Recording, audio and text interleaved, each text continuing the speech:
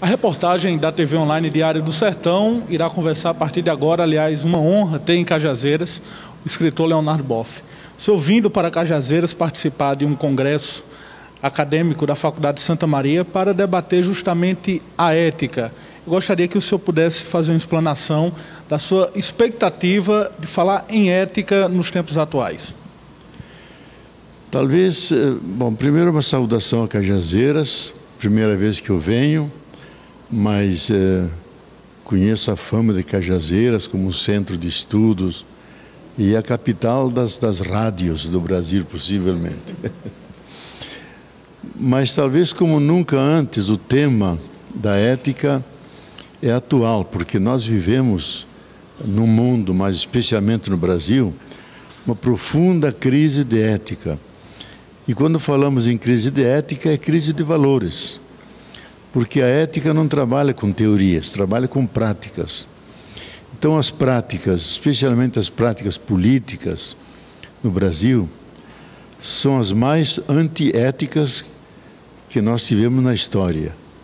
Porque houve um assalto aos bens públicos, ao erário, grande corrupção com números que vão aos milhões, atravessando as empresas, os partidos, gente do mais alto escalão de governo, o próprio atual presidente é acusado disso. Então, ética é a busca do bem viver, em um viver correto, na verdade, na justiça e especialmente na transparência, porque o bem tem que brilhar por ele mesmo e é o mal que se esconde. É a mentira que se disfarça, é a corrupção que fica anônima. Ora, se por um lado vivemos uma crise de ética, também se despertou a consciência de rejeição dessas atitudes antiéticas e a busca de um comportamento que seja republicano, isto é, que vise o bem comum, que respeite os valores do povo e que não se roube como se roubou até agora, e que haja um governo que não seja uma coalizão entre os ricos e poderosos, mas um governo que represente o povo. Então a própria forma de montar um governo é profundamente antiética, porque é um governo de classe, das classes dominantes. A grande maioria dos representantes são comprados e pagos pelas grandes empresas, e eles representam os interesses dessas empresas e não os interesses do povo. Então tudo isso é o resultado positivo da crise, que a crise ela purifica, ela crisola, ela obriga a mostrar a verdade e denunciar o erro. E é o que nós estamos vivendo agora. Eu espero que o Brasil saia mais maduro, mais vigilante, e que o povo saiba escolher representantes que realmente representem os interesses, as demandas que vêm de baixo, e não os privilégios das classes dominantes. Professor, o Brasil foi comandado pelo Partido dos Trabalhadores durante 13 anos. Eu gostaria de, na opinião de Leonardo Boff, um dos principais pensadores contemporâneos, o que significou realmente o governo petista de Lula e Dilma para o Brasil? Bom, olhando numa perspectiva histórica, foi a primeira vez que houve uma revolução pacífica no Brasil. Isto é, que alguém que veio de baixo, do andar de baixo, um sobrevivente da grande tribulação, um retirante, que chegou ao poder central. Isso nunca ocorreu antes. O poder sempre circulava entre os poderosos.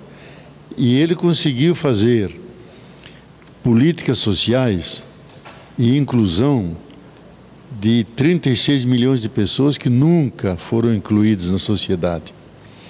E vários projetos que beneficiaram diretamente ao povo, como Minha Casa Minha Vida, Luz para Todos, e abriu espaço para aqueles que nunca chegariam à universidade, pudessem, pelas cotas, pela ProUni e por outras formas, criou universidades, criou escolas técnicas.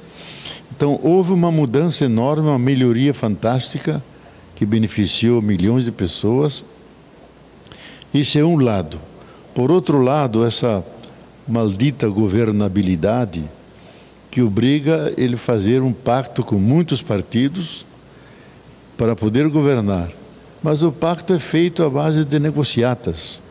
Eu dou tanto, recebo tanto, para tal apoio eu preciso de tantos cargos, eu preciso de posições de governo onde corre muito dinheiro, onde as pessoas recebem propinas. Então, um extrato do PT, ele se deixou corromper, e a causa principal é porque ele perdeu a ligação orgânica com as bases. Porque se ele tem contato com as bases, o povo educa os políticos.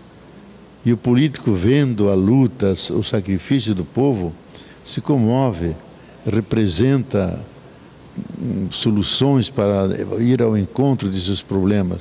Agora, houve um corte, um descolamento entre o Planalto e a planície, onde está o povo. Isso foi, para mim, o grande erro, o equívoco do PT, que ele vai ter que corrigir, caso contrário, ele será um como os demais.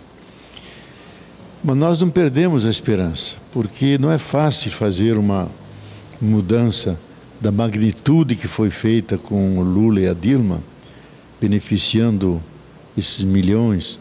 E o poder mudou de natureza, não é mais o poder das classes dominantes, é um poder dos dominados, dos marginalizados. Isso nunca ocorreu antes. Eu acho pena que os donos da Casa Grande acabaram voltando com um golpe parlamentar e levam políticas absolutamente antipopulares, anticonstitucionais, que se fossem submetidas a voto nunca passariam.